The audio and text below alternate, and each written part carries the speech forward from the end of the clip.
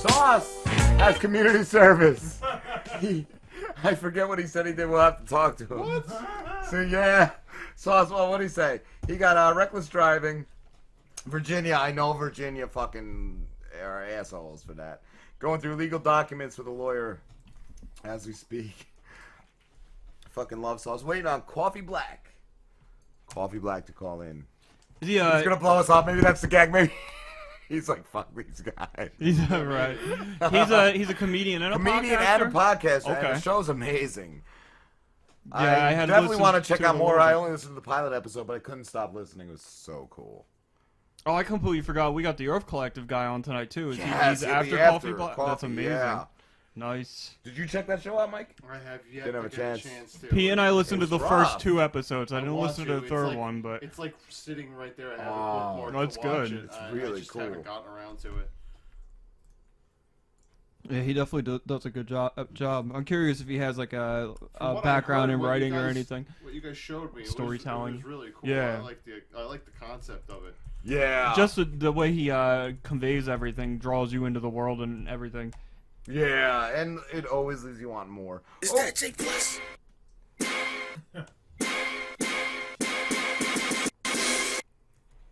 Robin Slim Show. Yo, what's going on? Robin Slim, what's up? It's Koffee Black. What's Coffee going Black. on, How you Koffee doing, Black? dude? What's up, boys? How y'all doing? We're doing good, bro. We're having a good time, man. Awesome.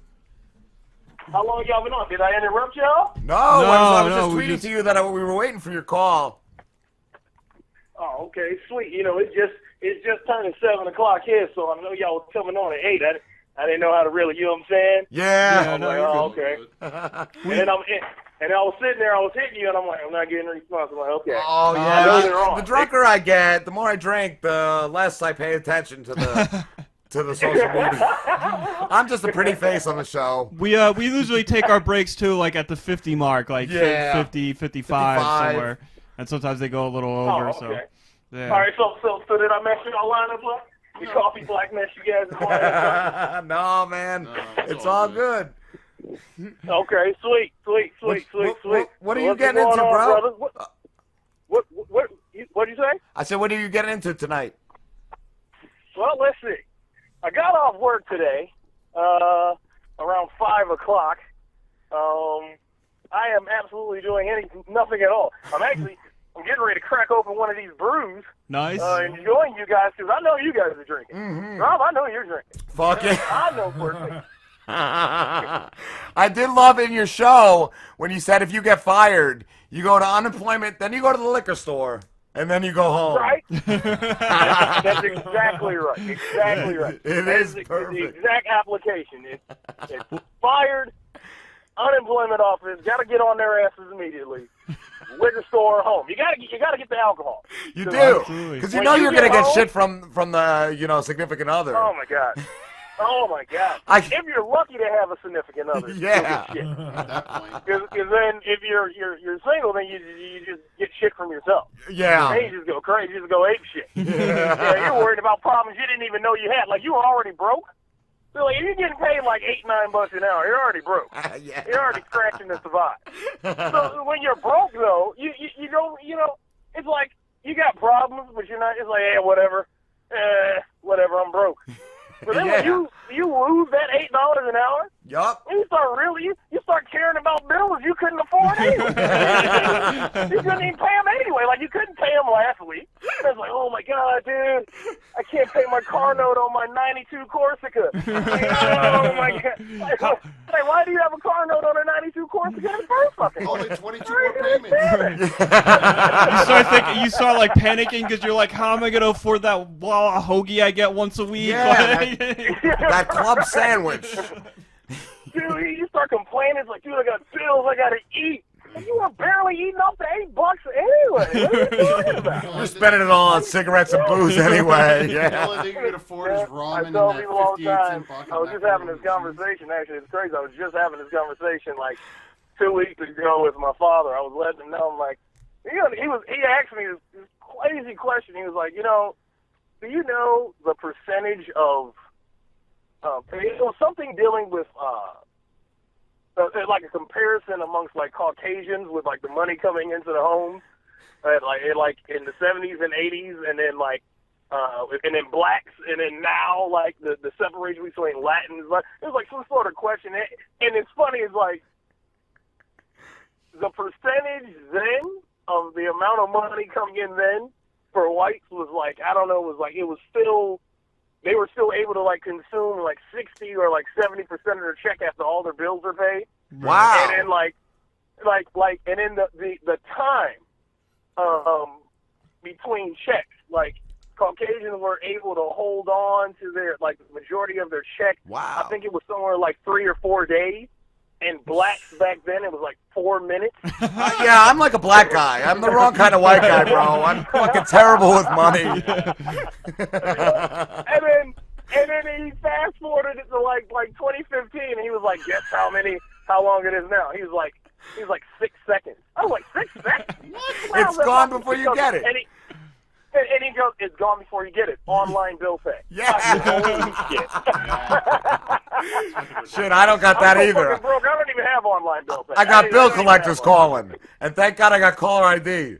I just bought my first computer, literally. Really? I didn't even buy it. I didn't even buy it. It was donated. I'm trying to get that. I think mine is shitting out. I'm trying to get a computer donated. I'm dead serious. It was like, I think, we started the podcast in March of this year. I think I got it in like June or July. I was borrowing a computer, a laptop, to get the shows off. Man, Wow. I'm telling you, a grassroots movement. And I had weed. This was like crabgrass. It was like crabgrass roots movement. You've only been doing it since March? You've only been doing it since March, bro? Yeah, that'd be great. You've only been doing it since March? We've only been doing it since March. Wow. We've literally only been doing it since March. Wow, dude, because you guys sound so good. I thought you've been doing it for like a year or more. No, dude. The chemistry, my partner, my best friend that we're doing it with, is eloquently known as the producer engineer, affectionately known as producer engineer, the former suit, if you will. We've been buddies for coming up 15 years, so we've been doing the back and forth thing. Like, I guess you could say the comedic rapport that we've got with each other and the chemistry for 15 years. So it was almost like a show.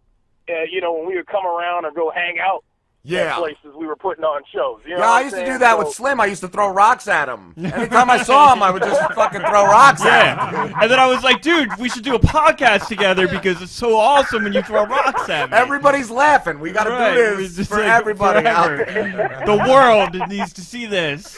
And I was like, I didn't know you could speak. I thought you were retarded. I'm sorry. The first podcast was just you pegging rocks off his head. That'll be next week. So you didn't throw anything back? No, I just take it, man. I just take it. That's it. That's all you can do, you know? He smiled and bled a lot. Yeah, just smiled and bled a lot. Oh God! Now what kind of now are these like? What kind of rocks are these? Are these like landscaping, like upper middle class landscaping rocks, or? No, they were like pebbles, like the little Yeah, like fucking the, shitty. fill your driveway with them. Yeah, the driveway The pebbles. smooth one. Right. Broken up driveway and cinder block. I let him do it because I was getting the approval. I was like, somebody likes me? Like, this is so cool. And then he moved up the broken patio block. And then I was like, you want to do a podcast? Hey, that's old school right there. It's like when you like a girl and you're in the second and third grade, you just punch her. That's how my parents did that at their wedding. Just pelted rocks at each other. That's sick, man. That's sick. How did you meet Mr. Jack Brickhouse? In high school. Okay. No, you know what? Before high school, actually, he lived maybe, I don't know, maybe 4 or 5 blocks away from me. So we kind of met in junior high school, but he was, and we ran within the same crew, almost. But then when, I guess you could say the real established day of the show was he was a senior and I was in junior high school. You're talking about like 2001. We were in the same Algebra 2 class. And I got left back in that shit. Look, let me tell you something about Mr. Brickhouse. Okay, let me explain something to you about this guy. This guy has been, that's why I call me adult. Like, I don't, like, even a Judas, the whole time we've been friends, like, we'd be in class and I'd be cracking jokes and he'd be laughing. It's 180 days of school, right? Yeah. I got kicked out of that math class about 163. I was failing. This guy, report cards time come, and I ask him, I'm like, dude, I got an F. I got like a 17%. What'd you get? This guy's like, I got 89%. Oh, well, what the fuck are you doing work, man? I'm outside cracking jokes, holding it down. And you're going home actually doing the homework and studying. What the fuck? So I was failing for the both of us then, essentially. So, yeah. Does he lives in? That's what he doesn't live with like. What'd Is he the one that lives in Phoenix? Yeah. Okay, so he moved after that. So, no, you know what? I'm in Chicago, or Northwest Indiana / Chicago. It's literally 10-15 minutes apart, the borderline, and he's in Phoenix. So when he moved to Phoenix, just how the show got started, it was this year. He called me up. It was about maybe January, like February, and he said, "Hey, saying I got something for us. I think I found a way, he's always been trying to get my voice out there, and, especially on the comedic side, and, encouraging me over the years, with everything." Yeah. And he was like, I think I finally got, like, the perfect, like, plight for you. I finally got it. I think we're going to develop this podcast. And I'm like, dude, I don't know shit about fucking radio. I mean, you want to say in your head after listening to, radio all these years, like, yeah, you know what? We got personality. We can do it. And then I get out there. Just tell me, the first time, you ever heard yourself, remember the first time you heard yourself on an answer machine? Yeah, dude. You hated that. And it was embarrassing. You'd be red. You regret it. It's like, oh my God, you hear that coming out of me? Like, that's how I sound? Yeah. Absolutely. So it was that, like, times 10. So the first time I'm hearing myself in the headphones, which is, it's almost like a mind fuck. Yeah. I couldn't talk in here. I said, you gotta cut the voice. I can't hear that. You gotta cut it. I used to never wear it because it would fucking make me much more uncomfortable to keep them on. Yeah, very uncomfortable. Yup. Extremely uncomfortable for me. Mm-hmm. I couldn't deal with it. So then he cut it out, and he's like, okay, just go.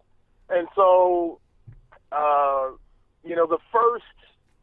first show is the show where it's like, okay, between the first show and now, there's been so much growth as far as, like, being comfortable and having the chemistry. It's different if you could just, like, I'm pretty sure, like, when you guys started, because you guys are on episode, this is 44 now, right? Yeah. It's actually more than that because we did another show before this that got maybe to, like, 30 or 40. So we're up there as far as that, how long we've been doing it. Okay. Yeah. So, like, when you guys started, like, it was, was it difficult? Like, because you guys had great chemistry. Of course, you guys were friends before that. And then there was the process of getting it to come through speakers. Yup. You know what I'm saying? Two people. Yeah. It's a difference. For me, I thought it was a difference. It's like, okay, how do we have this, transfer over airwaves, this great chemistry that we have that everybody apparently likes? That's why we're doing it. Yeah. So it was difficult that first couple shows, but then like I told him, I said, I think we belong. Like, it's working now. It's a machine. Yeah. And now we're rolling. That's it. Half the Now time, we're rolling. I don't even, like, prep anything, like, fucking topics or anything. I just really don't. I just fucking go off the top of my head, or I'll write, like, 5 or 6, things down and just go from there. Yeah. And ever since we came back from our first season, pretty much, it's just been, it seemed to flow so much easier, and the 4 hours or plus just goes by so fast. And that was that was another thing.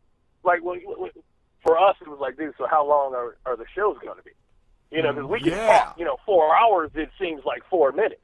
You know what I mean? And it's like the first time, it was like, oh, my God, well, you got to keep people's attention. But I was like, I remember listening to Howard Stern for 4 hours. Yup, and exactly. I listen to Howard Stern, and I want more. Like, as soon as he's off, I'm like, I don't want to listen to anybody else. Like, you know what I'm saying? It's like, I need more. I need fuel me, give me more. So it's like, okay, well, we just stuck with like an hour, and then it's so hard to compact everything that you want to say in an hour when you're the, you don't have a machine behind you, somebody telling you this is the amount of time you have to stockpile your show and get your point across in your opinion. You got 2 minutes.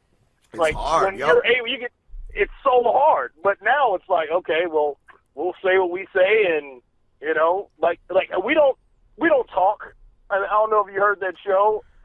It was like an opening rant I did about how everything has changed now, the dynamics of our friendship. I don't know about you and Slim, but like we don't talk.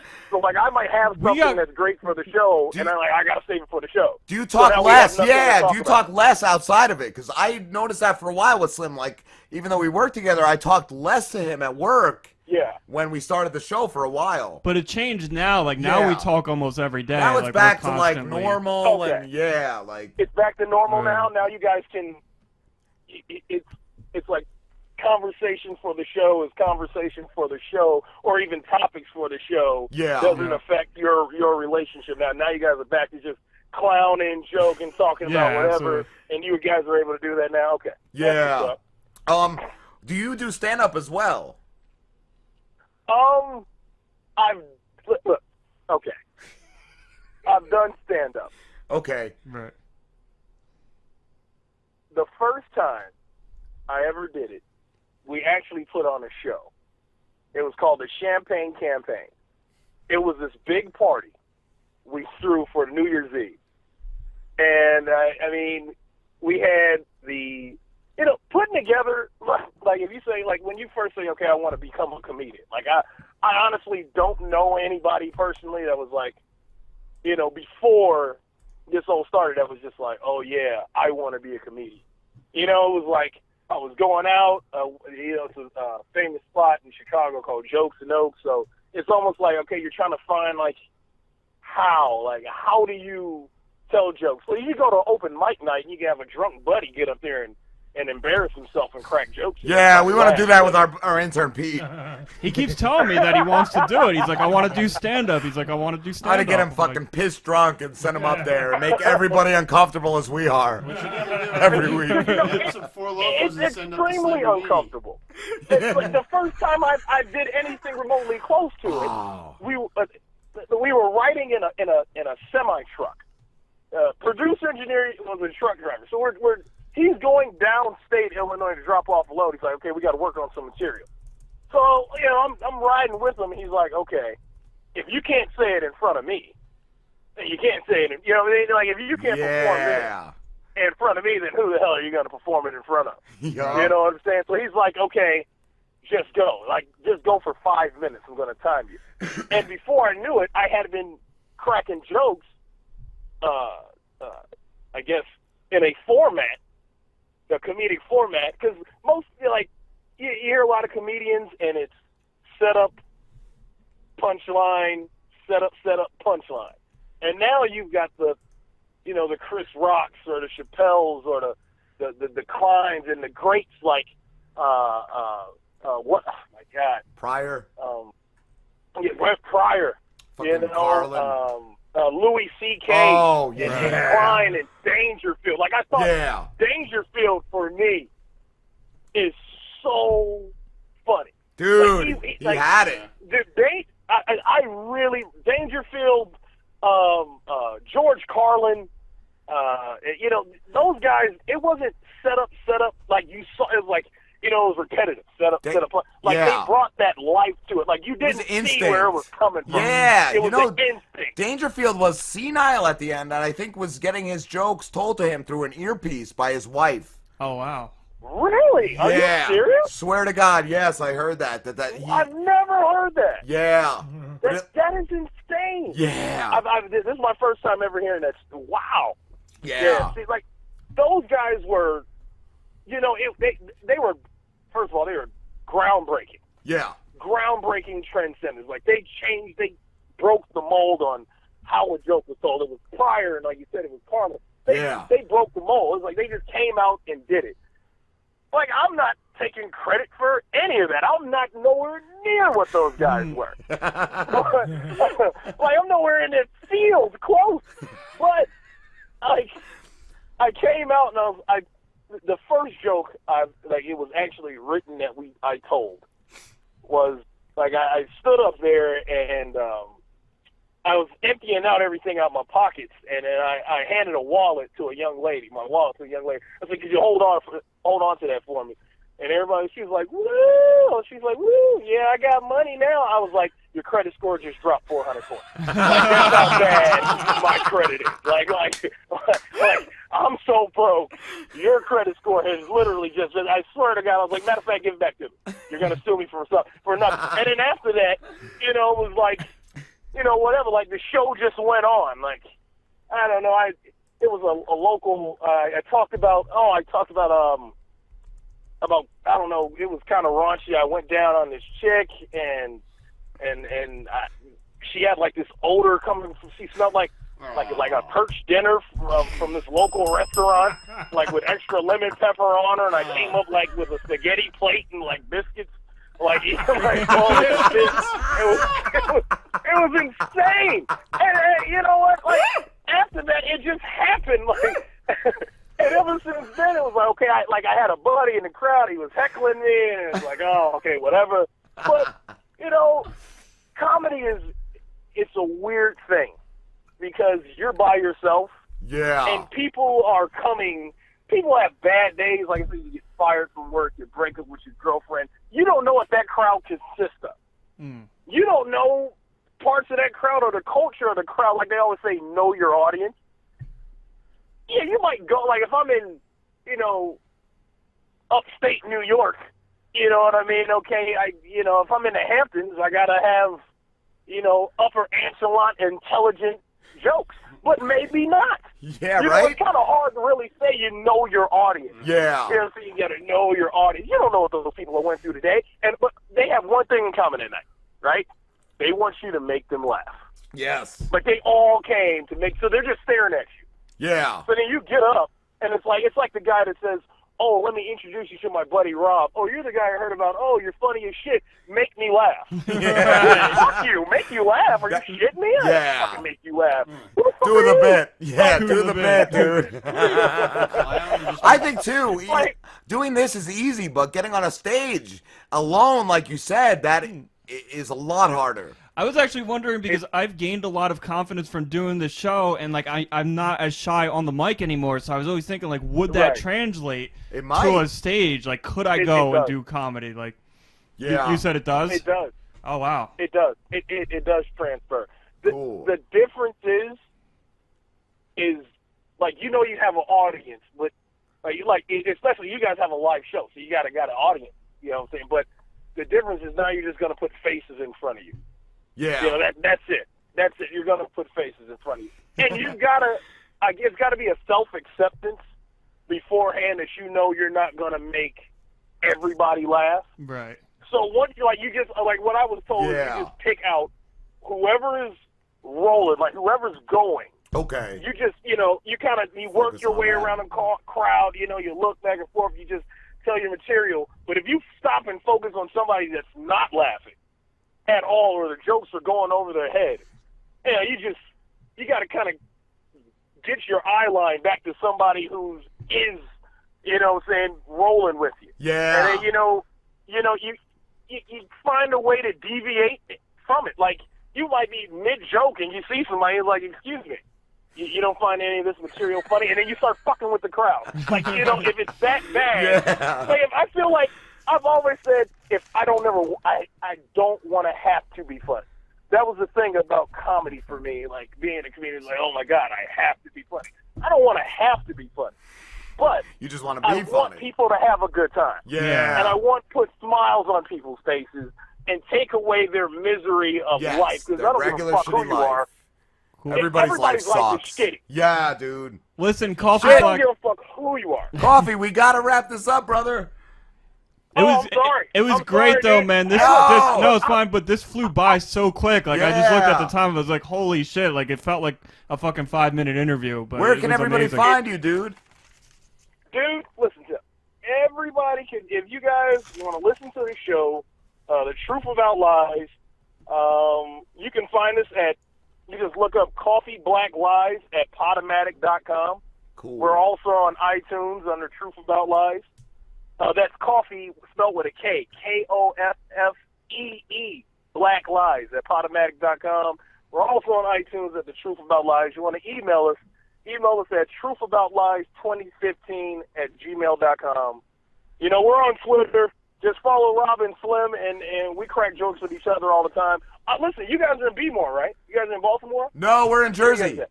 Jersey. You're in Jersey? Yeah. I'm flying out to Jersey. I know I haven't been invited, but I want to fly out. I want to sit in and do a show with you guys. Amazing, Dude, dude. That would be great. that'd be an That would honor. be so awesome.